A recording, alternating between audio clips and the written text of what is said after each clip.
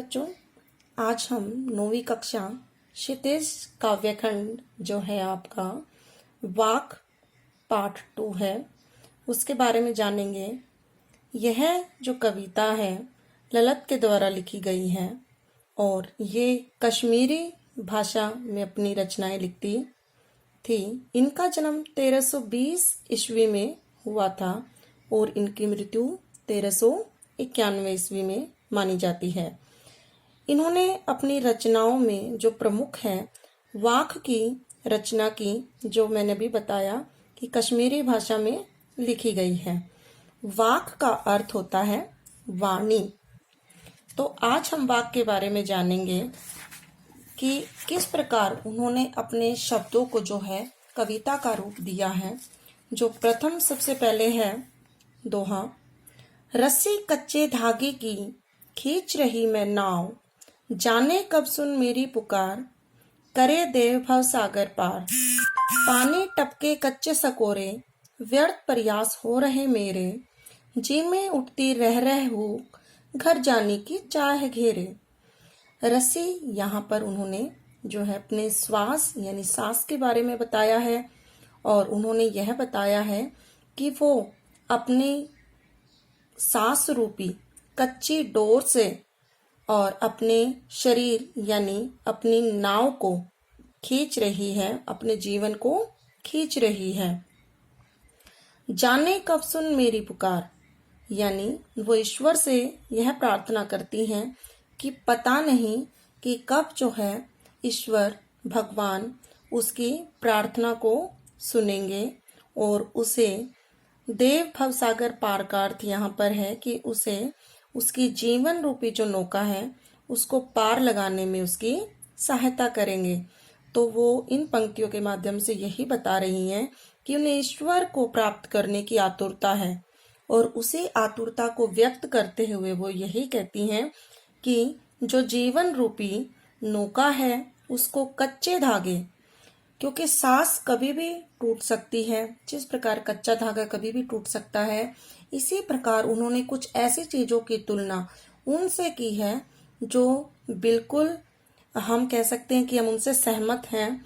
तो उन्होंने इन लाइनों में यही बताया है कि वो अपने जीवन रूपी नौका को जो कच्ची धागे से बनी रस्सी से खींच रही हैं और वो अपने इस जीवन को, इस नौका को पार लगाना चाहती है, लेकिन उन्हें यह नहीं पता कि जो ईश्वर है उनकी पुकार को कब सुनेंगे और कब उन्हें मोक्ष की प्राप्ति होगी।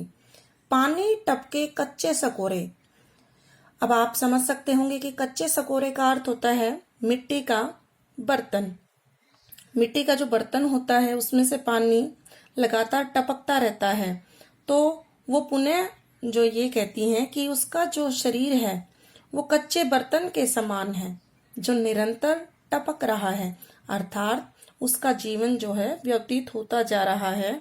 और उस पानी को रोकने के लिए, अर्थात उस परमात्मा की भक्ति या मोक्ष की प्राप्ति करने के लिए वो जितने भी प्रयास कर रही हैं वो सभी बेकार हो रहे हैं। जी में उठती रह रहकर, और उनके मन में, जी यहाँ मन, रह रहकर हुक उठना का अर्थ होता है कि वो बार बार जो है उनको आह, हुक आह, या उनको यही महसूस होता है कि पता नहीं कब जो उनको घर जाने की, घर यहाँ पर मोक्ष के प्राप्ति वाला घर बताया है कि कब अपनी भक्ति के द्वारा वो अपने इच्छा को सफल कर लेंगी, पालेंगी या उस परमात्मा के घर पहुंच जाएंगी।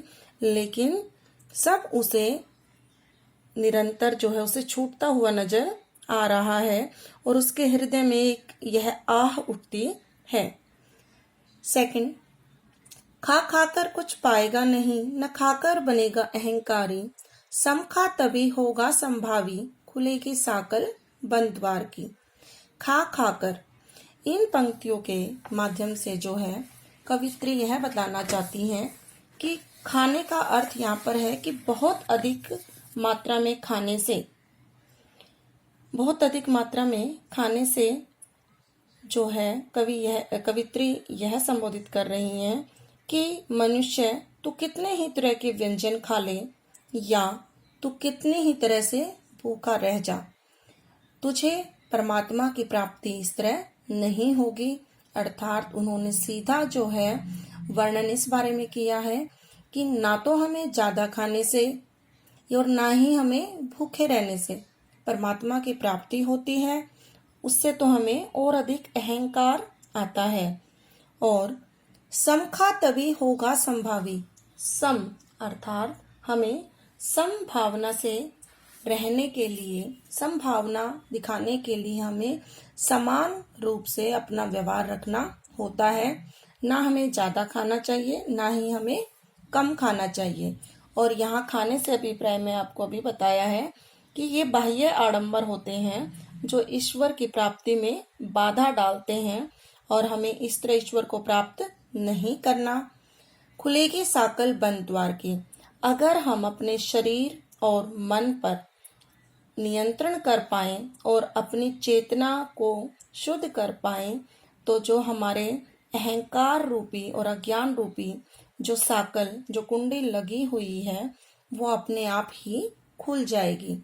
तो बच्चों, आज मैंने आपको ये दो जो कि वाक यानी कश्मीरी लेखिका, कश्मीरी कवित्री ललित के द्वारा लिखे गए हैं, उनके बारे में बताया है। और मेरे चैनल को लाइक, शेयर और सब्सक्राइब कीजिए। बाकी दो मैं आपको नेक्स्ट वीडियो में करवाऊंगी।